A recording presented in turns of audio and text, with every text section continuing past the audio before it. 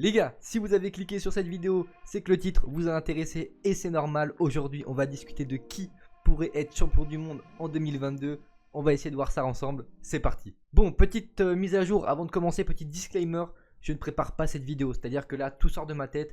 Donc, si j'oublie des trucs, il ne faut pas m'en vouloir, c'est normal. Mais voilà, c'est du freestyle. On commence avec monsieur Lewis Hamilton. Lewis Hamilton, vous le savez, qui n'a pas encore annoncé s'il serait là ou pas l'année prochaine. Mais on est quand même obligé de le citer, les gars. Champion, 7 fois champion du monde. Il a failli être 8 fois champion du monde. Il roulera potentiellement encore dans une Mercedes. C'est normal de le citer. Rapide, constant, maître des dépassements. Enfin bref, je ne vais pas vous dire toutes les qualités de Lewis Hamilton, les gars.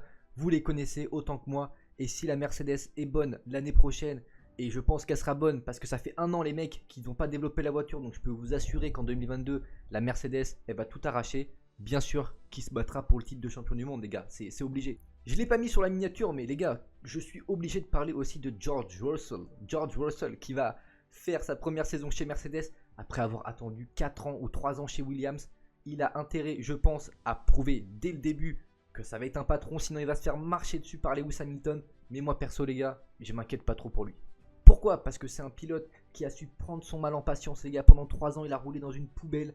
Il a pris en expérience, il sait rouler dans le trafic, il sait gérer des pneus qui peuvent être catastrophiques parce que plus on a une mauvaise voiture, plus c'est compliqué de gérer tout ça.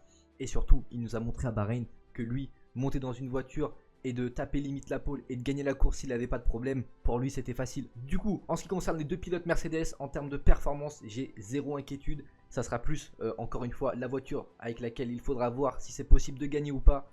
Mais bon les gars, on va pas se faire de dessin, vous savez très bien que Mercedes n'arrive pas l'année prochaine pour jouer des top 5. Bon, je m'étale pas sur Mercedes les gars, mais on va passer au Red Bull et là il y a des trucs à dire. Parlons déjà du petit Checo Pérez. Pour moi Checo Pérez, d'entrée je vous dis, il ne jouera pas le titre l'année prochaine, c'est clair, net et précis. C'est un très bon pilote quand il est pilote numéro 1 dans une voiture, mais là il est chez Red Bull et vous savez très bien que chez Red Bull, il n'y a qu'un pilote qui joue le titre et ça sera Max Verstappen comme cette année. Pérez dans son contrat c'est signé qu'il est pilote numéro 2 et qui doit aider Max Verstappen. Du coup bah, c'est ce qu'il va faire tout au long de l'année les gars. En ce qui concerne Max Verstappen, ça peut être compliqué pour lui cette année les gars. Pourquoi? Désolé les gars, ça doit gueuler dans le micro, mais voilà, je suis content de faire cette vidéo. Pourquoi ça va être compliqué? Parce que la FIA va avoir un œil tout droit vers lui cette année. Et je peux vous assurer qu'ils vont regarder bien ce qu'il fait l'année prochaine pour pas qu'il y ait d'autres problèmes comme l'année dernière. Peut-être que ça va l'obliger un peu déjà à changer son style de pilotage. Et pour un pilote, c'est jamais simple. Ensuite, il va avoir une grosse pression sur les épaules. Peut-être pas lui, mais en tout cas, on pense qu'il va avoir une pression. Pourquoi? Parce que c'est le champion en titre. Et si il revient à se battre avec Lewis Hamilton, il y aura tout ce duel et toute cette rivalité qui va se réinstaller. Et cette fois, celui qu'il faudra battre, c'est Max Verstappen. Et en ce qui concerne la Red Bull, ça peut-être les gars, on peut avoir des surprises. Pourquoi? Vous le savez, Red Bull a passé énormément de temps à développer sa voiture tout au long de l'année pour arriver à être champion du monde. Et on a peut-être un petit peu, par rapport à Mercedes, oublié 2022. Alors bien sûr, il y a de grands ingénieurs chez Red Bull. Ils sont très forts, etc. Mais quand on prend du retard, les gars, surtout face à Mercedes, c'est toujours compliqué de combler ce retard. Donc peut-être un léger désavantage pour Red Bull en ce qui me concerne. Donc un léger désavantage pour Max Verstappen sur un Lewis Hamilton ou George Russell.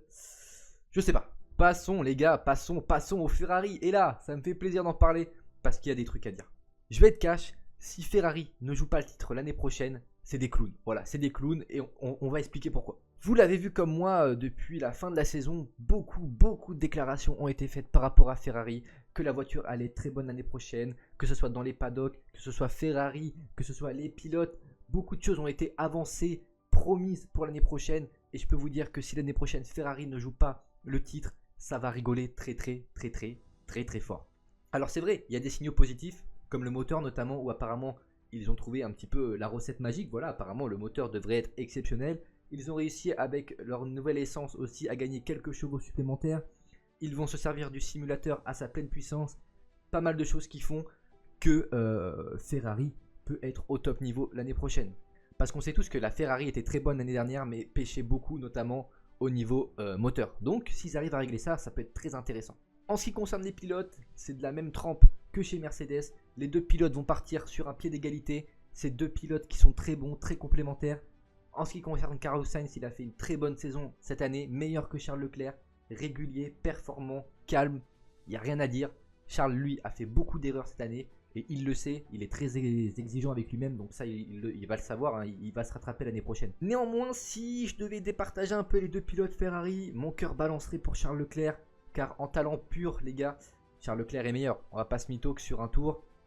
C'est le meilleur par rapport à Carlos Sainz, mais il n'a pas réussi à faire ça en course cette année, ce que Carlos Sainz a réussi. Et voilà, c'est sur ça que doit travailler Charles Leclerc l'année prochaine s'il veut être capable d'avoir une voiture qui se bat pour le titre. Et bah il faut aussi avoir le niveau en piste. Donc pour moi les gars, Ferrari est l'équipe la plus attendue, c'est celle que j'attends le plus au tournant l'année prochaine. Et honnêtement, une petite bataille à 3 équipes, est-ce que ça vous ferait pas kiffer les gars? Honnêtement. Avant de passer au dernier point les gars, dites-moi dans les commentaires quel pilote vous voyez champion du monde l'année prochaine et quel est votre avis pour chaque équipe. On va passer à un dernier point les gars, on va parler d'Alpine. Pourquoi Alpine? Parce que voilà, déjà c'est une équipe française et qu'il y a eu pas mal de communication faite autour de l'année prochaine. C'est vrai que vous avez pu voir beaucoup, j'en ai beaucoup parlé également, le L-Plan, etc. Les radios de Fernando Alonso à la fin de la course, les déclarations un petit peu à droite à gauche qui étaient très optimistes pour l'année prochaine, ça nous a vendu beaucoup de rêves. Mais bon, qu'est-ce qu'il faut vraiment en retenir au final? Le directeur de l'écurie étant parti, Alain Prost étant parti à quelques semaines du début des essais hivernaux, c'est jamais bon de faire un grand ménage là-dedans, ça signifie que tout n'est pas clair et que tout n'est pas coordonné. Si on prend en compte les déclarations d'Alain Prost qui dit que le moteur n'est pas celui attendu par Alpine, que le châssis n'a pas été fait comme Alain Prost pensait, etc. Ça fait beaucoup de désaccords, ça fait beaucoup d'informations en même temps et ça n'a pas l'air clair du tout ça en fait. On va pas se mentir que Alpine nous a habitués, que ce soit Alpine ou Renault, à nous décevoir en fait. Parce que souvent on s'attendait à une voiture compétitive les années d'après, mais le truc c'est que ça n'arrivait jamais. Alors oui, Alpine a réussi à gagner des courses, à gagner une course, à faire des podiums, certes, mais en soi, les gars, la voiture n'était pas bonne. Si on peut retenir quelque chose de positif, c'est que c'est vrai, sur certains circuits, l'Alpine était très performante. Et s'ils arrivent à la rendre performante à ce point-là sur tous les circuits, là, ça peut devenir très intéressant. En ce qui concerne les pilotes, très bon duo de pilotes encore une fois. Peut-être un des plus homogènes de la piste, de la grille, pardon. Ils s'entendent très bien. Ocon, Fernando Alonso, deux pilotes de qualité. Vous savez, mon amour pour Fernando Alonso, il a encore prouvé cette année qu'il était à un niveau incroyable et que c'était peut-être dans le top 3 des meilleurs pilotes de la grille. J'ai pas honte de le dire les gars. D'ailleurs dites-moi ce que vous en pensez, dites-moi de votre top 3 des meilleurs pilotes de cette grille. Et pour Esteban Ocon, voilà, quelques difficultés c'est vrai cette année. Il a eu son coup d'éclat en Hongrie et heureusement pour lui, on attend quand même mieux l'année prochaine. Voilà les gars, un petit peu pour le bilan. Si je devais donner un favori quand même, parce que c'est le but de cette vidéo, j'ai envie de croire en Ferrari les gars, parce que ça fait un moment. J'ai envie de croire en Charles Leclerc. C'est son année, je pense que c'est son année. Je sais pas pourquoi je le sens comme ça. J'ai envie d'être un peu original. J'ai pas envie de vous dire un Lewis ou un Max. Voilà, j'ai envie d'être original, de vous dire Charles Leclerc parce que il y a beaucoup de rumeurs autour de ça, beaucoup de monde y croit. Voilà les gars, c'est pas juste un espoir des fans de Ferrari, c'est des faits qui sont réels. Donc je crois beaucoup en ça. Voilà, moi ça sera Charles Leclerc. N'hésitez pas à me dire dans les commentaires quel est votre favori. J'espère que vous allez passer une bonne journée les gars. Si vous avez kiffé la vidéo, n'hésitez pas à la liker, à commenter, voilà aussi ça fait plaisir. Et bien sûr, vous abonner. On se retrouve peut-être pour une vidéo la semaine prochaine. L'année prochaine, c'est possible avec moi aussi.